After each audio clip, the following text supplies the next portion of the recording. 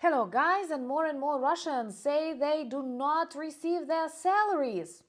But why do you need salaries if you have your supreme leader Vladimir Putin enjoy that very fact alone? Why do you need that money? If he is so successful in the destruction of the Russian federal budget and your regional budgets and now your personal family budgets. Dozens of regions report they did not have money to pay salaries in January, and they do not give any explanations to those teachers and doctors who rely on these salaries. They are small in Russia, but they don't receive even these small sums of money. What is worse, now all over the leftovers of the Russian internet, and you know they keep turning it off very often, perhaps because of the level of problems people want to share, organize some protests and so on. So all over the Russian internet they discuss another danger, the idea of bonds.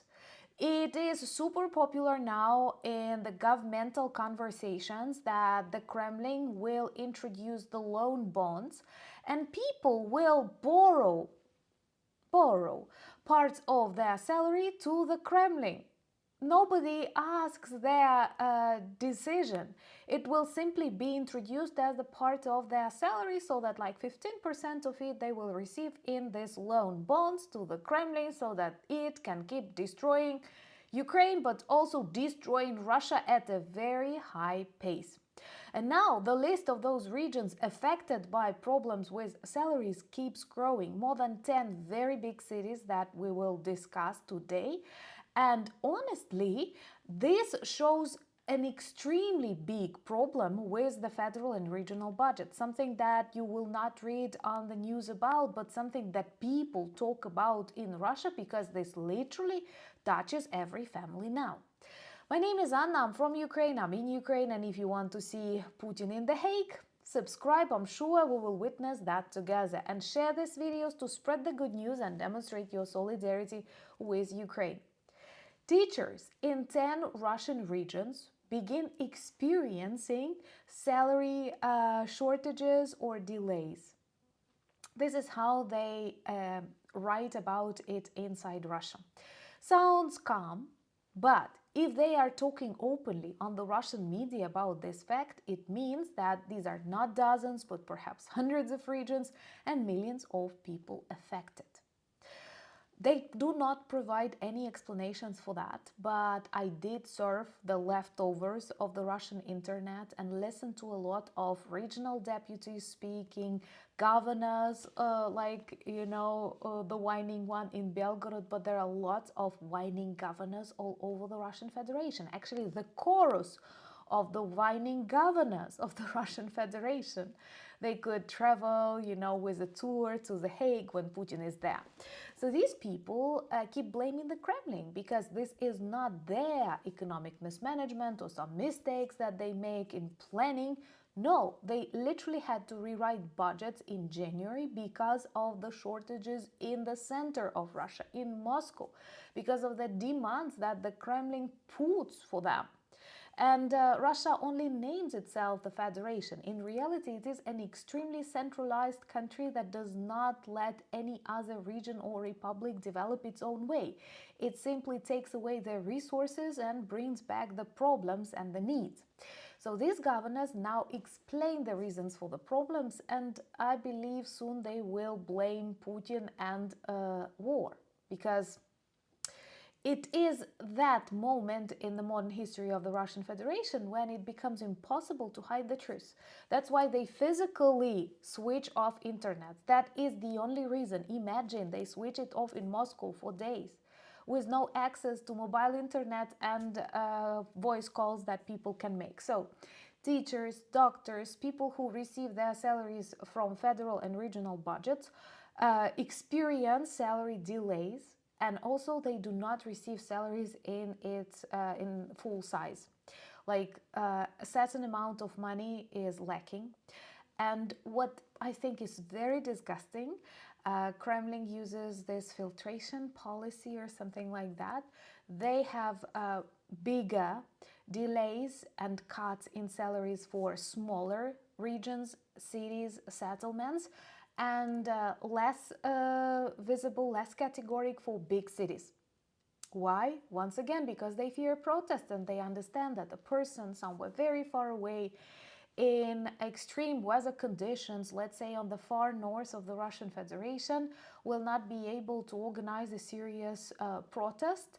But such people need this money. They rely on them. They do not have normal access to food and shops, since, once again, regional budgets have no money to cover these needs for logistics. We have talked about problems in Murmansk, in far north, and now I have a whole list of cities that face this problem with salary delays. And in January, people did not receive money at all. So this is interesting because we have Chelyabinsk, Irkutsk, Rostov, Arkhangelsk, Tambov, Ryazan, Zabaikalye, Khabarovsk, Karelia, Udmurtia. These are not just cities that I am naming. These are regions. Just like in the English language, it's easier to say Khabarovsk region or Zabaikalye region by the name of its central city. So there are a lot, and they are in very different parts of the Russian Federation, quite far away from the front lines. I'm not even mentioning Belgorod or Kursk because Putin himself does not mention these poor regions. People are abandoned and nobody takes any care about their life, and I believe those days when the Ukrainian army was present in Kursk were perhaps more comfortable for them than now. Anyway, the most interesting fact is that this is a lot of regions, a lot of people, a lot of salaries, and you can multiply it by more because families are affected. In one member of family does not receive the planned amount of money, that's serious. And nobody provides any comments. Neither the general prosecutor, I don't know why did people address him, perhaps they wanted to sue their organizations or regional councils, then ministers of the corresponding professions do not say anything. Just the Minister of Education of the Russian Federation offered explanatory conversations with teachers, you know, like the ones teachers have with bullies at school. Their minister offers that, and I'm sure he will persuade them that, like, why do you need money if you have Vladimir Putin as your supreme leader and this special military operation that lasts longer than the Second World War? That is pathetic, but I believe this tells a lot about the state of the federal budget, and according to the intelligence of Britain, if I'm not mistaken, or Germany, it's one of these countries, already at the very beginning of 2026, the Kremlin lacks more than 8 trillion rubles. The deficit is huge, and we need to pray the war in Iran finishes faster and sanctions are not lifted from Russia, because I'm not even talking about this. All these comments that we hear from the US administration about the potential possibility to lift sanctions on Russia while Russia gives intel to Iran to target American soldiers, American bases, destroy systems, air defense. Like, I have no explanation for that, and I believe any sane person has nothing to say. It's crazy, and our task is to do what we know, what is best, and now Ukrainian drone operators will teach the world to defend our values, our homes, our streets from this evil axis that backs up each other, and some chaotic people in the White House play according to their rules. Anyway, united we stand.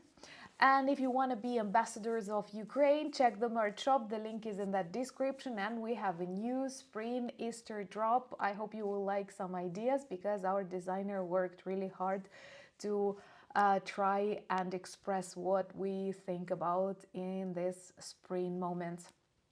Also, follow me on X, Instagram, Blue Sky, Threads, Discord, and Substack. All the links also in the description of this video. And of course, I recommend you Anna Danilchuk channel, which is also me, with longer but weekly conversations about some important topics.